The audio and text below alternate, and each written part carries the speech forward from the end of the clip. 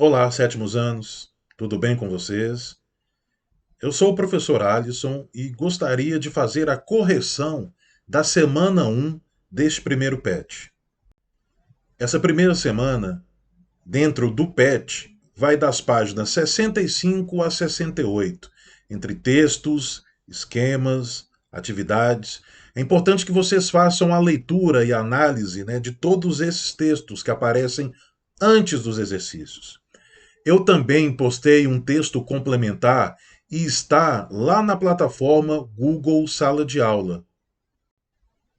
Além disso, sobre o tema a produção do conhecimento histórico, que é o tema a ser estudado na primeira semana, eu também gravei um vídeo e está aqui no YouTube. Essa primeira semana fala muito sobre o conceito de história, para que serve a história, o que estuda a história. É importante relembrar que não existe história sem ações humanas.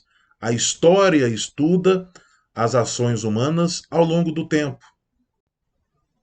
Ações coletivas, ações individuais, em diversas sociedades e em diversos períodos históricos, desde o surgimento do homem até os dias atuais. Obviamente, por se tratar de uma ciência, é importante analisar e interpretar as fontes históricas. Isso porque a análise dessas fontes ela vai possibilitar a formação de uma teoria sobre os acontecimentos do passado humano, e justamente para nos ajudar também a interpretar o presente e a entender o presente. Interessante esse esquema que aparece no PET. A história é ciência e memória. A história-ciência, ela necessita de fontes históricas que podem ser escritas, uma carta, documentos, livros, revistas, podem ser fontes históricas orais, depoimentos, relatos, músicas, pode ser iconografia, pinturas, fotografias, filmes. E a história, ela também é memória. Somos todos sujeitos históricos, tanto individualmente quanto coletivamente. E existem diversas formas de contar o tempo. Existe o tempo cronológico, o tempo histórico, né? Então, a marcação do tempo, os calendários. Nós estamos em 2021, mas segundo o calendário cristão, né? 2021 depois de Cristo. E os muçulmanos? E os judeus? E os chineses, por exemplo? Em que ano eles estarão? Temos também tempos históricos, ao longo de todo esse processo, muitas coisas permanecem, mas outras também mudam. Vamos às atividades. Atividade 1. Os fatos estão disponíveis para os historiadores nos documentos, nas inscrições e assim por diante, como peixes na tábua do peixeiro.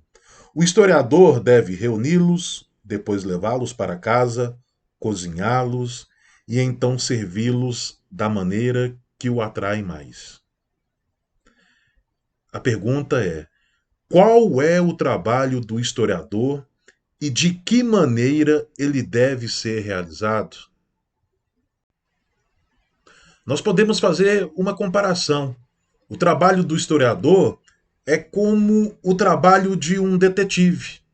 Mas se o detetive ele precisa das pistas, né, de investigar muito bem as pistas, perceber ali vestígios, né, naquela poeirinha, naquela pegada, o historiador ele não vai investigar crimes, mas ele vai trabalhar essas pistas, esses vestígios, né, essas fontes históricas, e através dessas fontes históricas, tanto escritas, quanto oral, quanto iconográficas, pinturas, filmes, revistas, livros, documentos, relatos, depoimentos, vai coletar, vai analisar, vai separar e formular hipóteses, formular explicações para determinado acontecimento.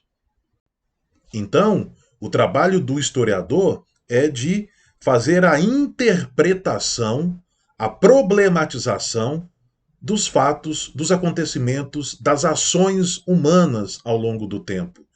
E a maneira que deve ser realizada é de maneira bem cuidadosa, investigativa, analisar todas as fontes históricas que ele tiver à disposição, para que ele faça essa interpretação de um determinado período, um determinado acontecimento. A história é uma ciência e, como tal, ela precisa ser investigativa, precisa ser questionadora, né? Precisa investigar, analisar, interpretar. A atividade número 2. A história está relacionada ao passado e também com as coisas do presente, ao cotidiano, o nosso dia a dia. Dessa forma, é necessário compreender que todos nós somos protagonistas desse processo de construção. Sendo assim, você deverá registrar, através de uma linha do tempo, o seu dia nesse contexto de pandemia. Para essa atividade, vocês podem fazer de várias maneiras, como, por exemplo, no PET adaptado que eu coloquei no formulário. Então você pode clicar aqui e responder, né? E aí vai, você conta o seu dia a dia. Você pode fazer também da mesma maneira aqui no PET impresso, caso você tenha, né, os seus pais tenham imprimido. E você pode fazer também no caderno, né? Fazendo uma linha. Traça uma linha na vertical ou na horizontal em que vocês coloquem o seu dia nesse contexto da pandemia, do momento em que vocês acordam até o momento em que vocês vão dormir. Como é que está esse dia? Ou como é que é esse dia? Obviamente, é um dia bem diferente do contexto antes da pandemia. Então vocês vão relatar um dia na vida durante a pandemia. Lembrando que cada um de vocês, cada um de nós, é um sujeito, é um protagonista desse processo de construção da história. Então vocês vão colocar situações, fatos, momentos que serão sim importantes. Se é importante para você, é importante para esse processo de construção histórica. Então vocês estão me entendendo?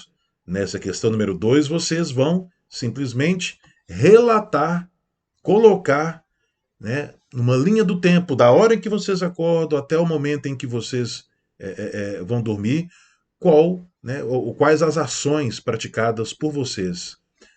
Existe também uma outra maneira. Ah, professor, eu não quero apenas falar sobre um dia, mas quero falar sobre todo o contexto da pandemia, desde o início, lá em fevereiro, março de 2020 até hoje. Pode, claro que você pode, né? Então você vai pontuando. Em fevereiro, né, aconteceu algo importante. Em março, abril, você vai colocar situações, né, ao longo desse processo que foram marcantes para a sua história. Então você pode colocar a linha do tempo de apenas um único dia, ou você pode colocar, né, ações, fatos acontecidos com você ao longo de todo o momento da pandemia até os dias atuais. Questão 3. Os acontecimentos históricos possuem somente uma explicação? Justifique sua resposta utilizando como referência a interpretação da imagem a seguir. Vamos observar bem essa imagem. O que vocês estão enxergando nela? Só existe uma maneira de observar, enxergar, ver essa imagem? Pelo menos, né, nós podemos aqui perceber que há essa interpretação, essa visualização. Aqui não parece ser a face esquerda de uma mulher, então a mulher virada, né, de lado, os cílios, o nariz, o cabelo, aqui em cima uma espécie de chapéu, aqui o pescoço, o colo, né, aqui a roupa. Também nós podemos entender que esse rosto pode ser um nariz, né?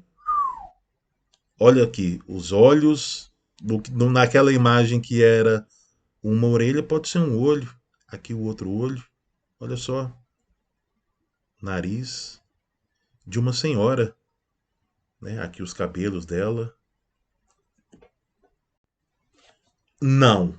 Os acontecimentos históricos possuem somente uma explicação? Não, não. Vai depender de quais fontes históricas foram utilizadas, vai depender da análise do historiador, da maneira como ele interpreta esses fatos, esses acontecimentos. Então, não existe uma verdade na história, existem verdades. Da mesma maneira em que eu posso enxergar, né, visualizar várias imagens aqui, tanto uma jovem de lado, quanto uma senhora idosa de frente. Questão 4. Como cada uma das ciências auxiliares, economia, antropologia, arqueologia e geografia, podem contribuir para o trabalho do historiador? Obviamente, a história, como todas as áreas, né, do conhecimento, ela não está isolada. Então, o historiador ele precisa sim recorrer a outras áreas do conhecimento. Economia é a ciência social que estuda a produção, distribuição e consumo de bens e serviços. Então, obviamente, a economia ela vai auxiliar a história. Como que as várias sociedades ao longo do tempo produziram, consumiram, sempre houve o uso do dinheiro, né? O dinheiro hoje é papel moeda, mas foi sempre assim? Quando que surgiu? Sempre existiu propriedade privada, né? A, o que é riqueza, o que tem valência, o que vale?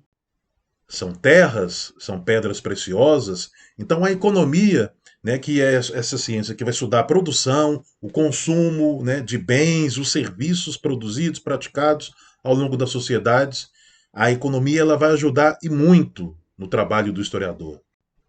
A antropologia, né, é a ciência preocupada literalmente em estudar o homem e a humanidade de maneira total, ou seja, abrangendo toda a sua dimensão. Quais as origens, a evolução, a cultura de vários povos, de várias sociedades, como pensavam, como se relacionavam entre si. A arqueologia é a ciência que estuda os vestígios das antigas sociedades por meio de escavações, técnicas, métodos. Então, através de escavações, né, vai procurar esses vestígios, fósseis, artefatos, que nos ajudem a entender de que maneira viveram essas sociedades. E a geografia é uma ciência que tem por objetivo o estudo da superfície terrestre e a distribuição espacial de fenômenos significativos na paisagem. Também estuda a relação recíproca entre o homem e o meio ambiente. Então, de que maneiras, né, através do tempo, as sociedades humanas se relacionavam com o meio ambiente, com a flora, com a fauna, como é que eles se relacionavam com os diferentes climas existentes no planeta. Então, tanto a economia, antropologia, arqueologia e geografia contribuem e muito para o trabalho do historiador. De que maneira aconteciam esses laços, né, da produção de material, o uso do dinheiro, o comércio, né, a questão da cultura, os vestígios deixados através, né, do tempo e a relação dessas sociedades com o meio ambiente, tudo isso, todas essas ciências ajudam na construção, ajudam como fontes históricas para a formulação de hipóteses e interpretação por parte do historiador. Pessoal, espero que esse vídeo, né, tenha contribuído, ajudado vocês nessas atividades. Espero que assim que vocês tiverem feito essas atividades, né, vejam, assistam esse vídeo até o final e que tenha sido válido, né? Espero vocês, né, numa próxima oportunidade para correção ou outras aulas. Tudo bem? Aquele abraço.